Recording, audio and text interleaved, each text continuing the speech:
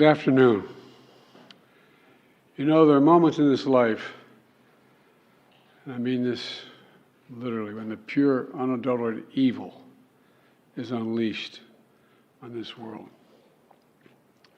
The people of Israel lived through one such moment this weekend. The bloody hands of the terrorist organization Hamas, a group whose stated purpose for being is to kill Jews. This was an act of sheer evil. More than 1,000 civilians slaughtered, not just killed, slaughtered in Israel. Among them, at least 14 American citizens killed. Parents butchered using their bodies to try to protect their children. Stomach-turning reports of babies being killed. Entire families slain. Young people massacred while attending a musical festival to celebrate peace. Women raped, assaulted, paraded as trophies. Families hid their fear for hours and hours, desperately trying to keep their children quiet to avoid drawing attention. And thousands of wounded, alive but carrying with them the bullet holes and the shrapnel wounds and the memory of what they endured. You all know these traumas never go away. There's still so many families desperately waiting to hear the fate of their loved ones, not knowing if they're alive or dead or hostages. Infants in their mother's arms, grandparents in wheelchairs, Holocaust survivors abducted and held hostage. Hostages whom Hamas has now threatened to execute in violation of every code of human morality. It's abhorrent. The brutality of Hamas, these bloodthirstiness brings to mind the worst rampages of ISIS. This is terrorism. But sadly, for the Jewish people, it's not new. This attack has brought to the surface painful memories and the scars left by a millennia of anti-Semitism and genocide of the Jewish people. So in this moment, we must be crystal clear. We stand with Israel. We stand with Israel. And we will make sure Israel has what it needs to take care of its citizens, defend itself, and respond to this attack. There's no justification for terrorism. There's no excuse. Hamas does not stand for the Palestinian people's right to dignity and self-determination. Its stated purpose is the annihilation of the state of Israel and the murder of Jewish people. They use Palestinian civilians as human shields. Hamas offers nothing but terror and bloodshed with no regard to who pays the price. The loss of innocent life is heartbreaking. Like every nation in the world, Israel has the right to respond, indeed has a duty to respond to these vicious attacks. I just got off the phone with a third call with Prime Minister Netanyahu, and I told him, the United States experience what Israel is experiencing, our response will be swift, decisive, and overwhelming. We also discussed how democracies like Israel and the United States are stronger and more secure when we act according to the rule of law. Terrorists purposely target civilians, kill them. We uphold the laws of war, the law of war. It matters. There's a difference. Today, Americans across the country are praying for all those families that have been ripped apart. A lot of us know how it feels. It leaves a black hole in your chest when you lose family. Feeling like you're being sucked in.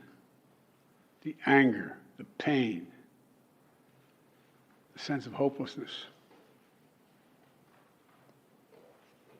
This is what they mean by a human tragedy, an atrocity on an appalling scale. We're going to continue to stand united, supporting the people of Israel who are suffering unspeakable losses and opposing the hatred and violence of terrorism. My team has been in near constant communication with our Israeli partners and partners all across the region and the world from the moment this crisis began. We're surging additional military assistance, including ammunition and interceptors, to replenish Iron Dome. We're going to make sure that Israel does not run out of these critical assets to defend its cities and its citizens. My administration has consulted closely with Congress throughout this crisis. And when Congress returns, we're going to ask them to take urgent action to fund the national security requirements of our critical partners. This is not about party or politics. This is about the security of our world, the security of the United States of America. We now know that American citizens are among those being held by Hamas. I've directed my team to share intelligence and deploy additional experts from across the United States government to consult with and advise Israeli counterparts on hostage recovery efforts. Because as president, I have no higher priority than the safety of Americans being held hostage around the world. The United States has also enhanced our military force posture in the region to strengthen our deterrence. The Department of Defense has moved the USS Gerald R. Ford Carrier Strike Group to the Eastern Mediterranean and bolstered our fighter aircraft presence. And we stand ready to move in additional assets as needed. Let me say again, to any country, any organization, anyone thinking of taking advantage of this situation, I have one word: don't. Don't. Our hearts may be broken, but our resolve is clear. Yesterday, I also spoke with the leaders of France, Germany, Italy, and UK to discuss the latest developments with our European allies and coordinate our united response. This comes on top of days of steady engagement with partners across the region. We're also taking steps at home. In cities across the United States of America, police departments have stepped up, security around centers of Jewish life. The Department of Homeland Security and the Federal Bureau of Investigation are working closely with state and local law enforcement and Jewish community partners to identify and disrupt any domestic threat that could emerge in connection with these horrific attacks. This is a moment for the United States to come together, to grieve with those who are mourning. Let's be real clear. There is no place for hate in America. Not against Jews, not against Muslims, not against anybody. What we reject is terrorism. We condemn the indiscriminate evil, just as we've always done. That's what America stands for. You know, just over 50 years ago, I was thinking about it this morning, talking to the Secretary of State, the Vice President in my office. Over 50 years ago, as a young senator, I visited Israel for the first time as a newly elected senator. And I had a long, long trip, a meeting with Golda Meir in her office just before the Yom Kippur War. And I guess she could see the consternation on my face as she described what was being faced. They were facing. We walked outside in that sort of hallway outside her office to have some photos. She looked at me all of a sudden and said, "Would you like to have a photograph?"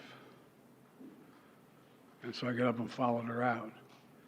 We were standing there silent, looking at the press. She could tell, I guess, I was concerned. She leaned over and whispered to me, she said, "Don't worry, Senator Biden. We have a secret weapon here in Israel." My word is what she said. We have no place else to go. We have no place else to go. For 75 years, Israel has stood as the ultimate guarantor of the security of Jewish people around the world, so that the atrocities of the past could never happen again. And let there be no doubt, the United States has Israel's back. We will make sure the Jewish and democratic state of Israel can defend itself today, tomorrow, as we always have. It's as simple as that. These atrocities have been sickening. We're with Israel. Let's make no mistake. Thank you.